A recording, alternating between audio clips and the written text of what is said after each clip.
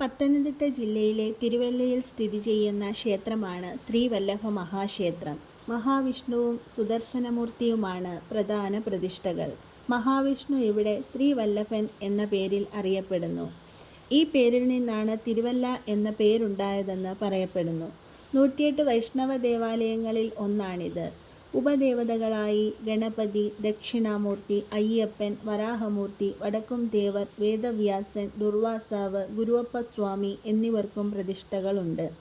കുംഭമാസത്തിൽ പൂയം നാളിൽ ആറാട്ടോടെ സമാപിക്കുന്ന 10 ദിവസത്തെ കൊടിയേറ്റുത്സവം. ക്ഷേത്രത്തിനുള്ളിൽ കിഴക്കുവശത്ത് ഗരുഡമാടത്തറയും കാണാം. ഗരുഡൻ്റെ പഞ്ചലോക വിഗ്രഹവുമുണ്ട്.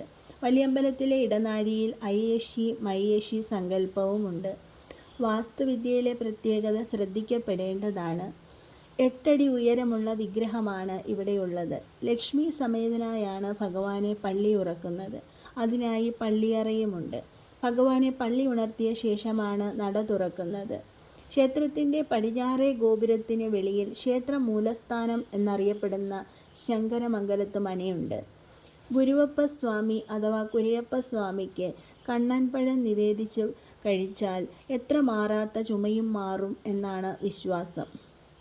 വർഷം മുഴുവൻ കഥകളി നടക്കുന്ന കേരളത്തിലെ ഏക ക്ഷേത്രമാണ് ഇത്.